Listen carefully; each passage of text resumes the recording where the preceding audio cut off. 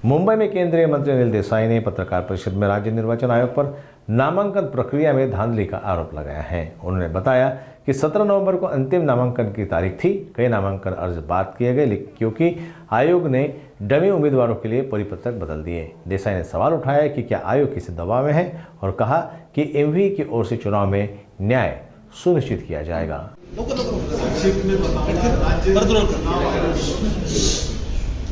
जिनकी एक जिम्मेदारी है महाराष्ट्र में अपने नगर निगम के जो चुनाव होने हैं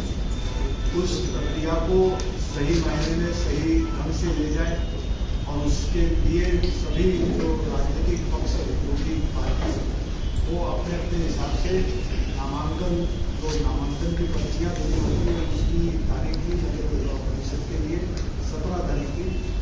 और जो भी नियम बनाए गए उसी के तहत हर पार्टी ने हर आघाड़ी जो भी बनती है उस आघाड़ी के द्वारा पर्चियाँ दी गई, वो समय समाप्त हो गया।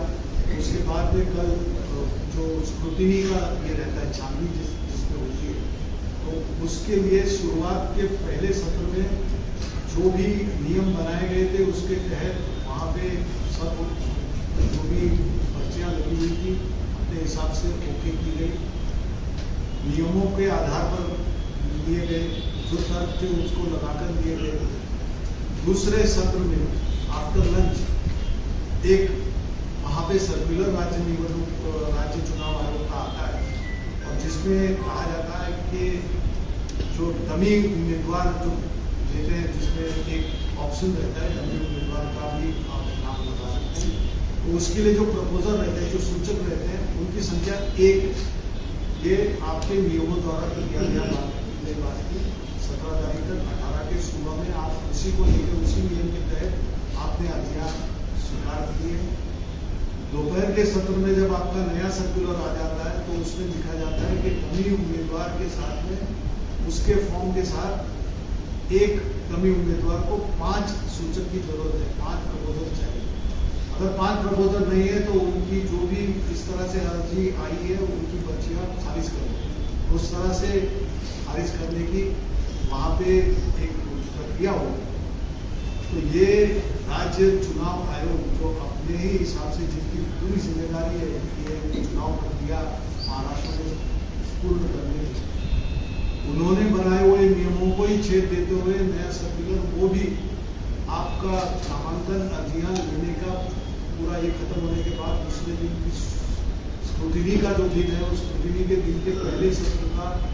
जो काल है कार्यकाल वो समाप्त होने के बाद में दूसरे सत्र में आता है और पहले सत्र में जो भी किए हुए डिसीजन है उसको खारिज किया जाता है। तो ये तो अपने आप में बहुत बड़ा आप देखेंगे तो ये अन्याय है जिन्होंने आप ही के वहाँ पे रिटर्निंग ऑफिसर ने जिन अर्जियों को ठप्पा लगाकर ओके किया हुआ है उसी को निकाल के नए सर्कुलर के तहत जो बाद में आया जो गलती इलेक्शन कमीशन की जो स्टेट इलेक्शन कमीशन की, तो ये एक बात रखी हमने। और दूसरी बात थी कि जहाँ अहिल्यानगर में राहता नगर परिषद है जिसमें शिवसेना उद्धव बाला साहेब ठाकरे पार्टी, राष्ट्रवादी कांग्रेस शरद पवार जी और INC इंडियन नेशनल कांग्रेस के साथ में एक आघाड़ी करके हम लोग कर रहे हैं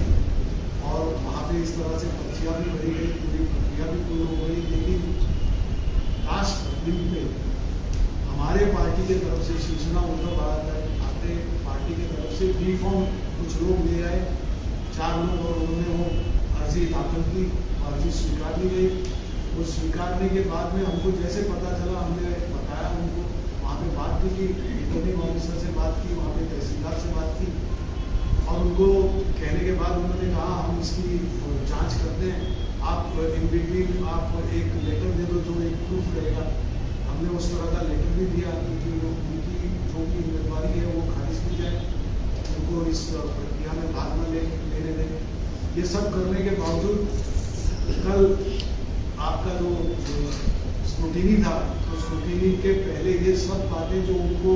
देनी जरूरी थी, जो डॉक्यूमेंट देने जरूरी थे, पत्र देना जरूरी था, वो सब देने के बावजूद भी उन्होंने उन अर्जियों को खारिज नहीं किया और वहाँ पे इस तरह का चित्र हुआ कि महाविकास आघाड़ी में शिवसेना उद्धव बाळासाहेब ठाकरे पार्टी के लोग भी हैं और शिवसेना अलग से लड़ भी रही है।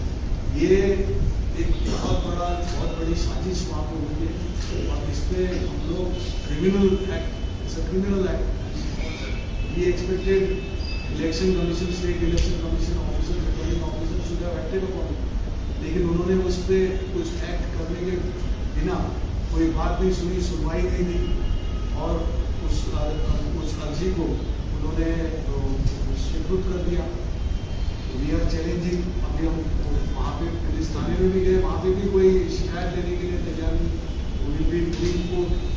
जो भी होगा वो कदम हम लेंगे। लेकिन इस बात में हम ये अर्ज करना चाहते हैं राज्य चुनाव आयोग से कि आप यहाँ पे ध्यान दें। आज चुनाव आयोग के सेक्रेटरी के पास से भी अहिल्यानगर के वहाँ संबंधित अधिकारियों के पास इस बात की जानकारी देने के बावजूद भी वहाँ पे कुछ एक्शन नहीं हुई। तो इसका मतलब क्या होगा? तो वहाँ पे उस जिले में कोई ऐसा बाहुबली है जो पूरी अपना पूरी चुनाव मशीनरी को हाथ में लेकर काम कर रहा है, तो उसकी सुनी जा रही है। तो इसके लिए हमको न्याय चाहिए।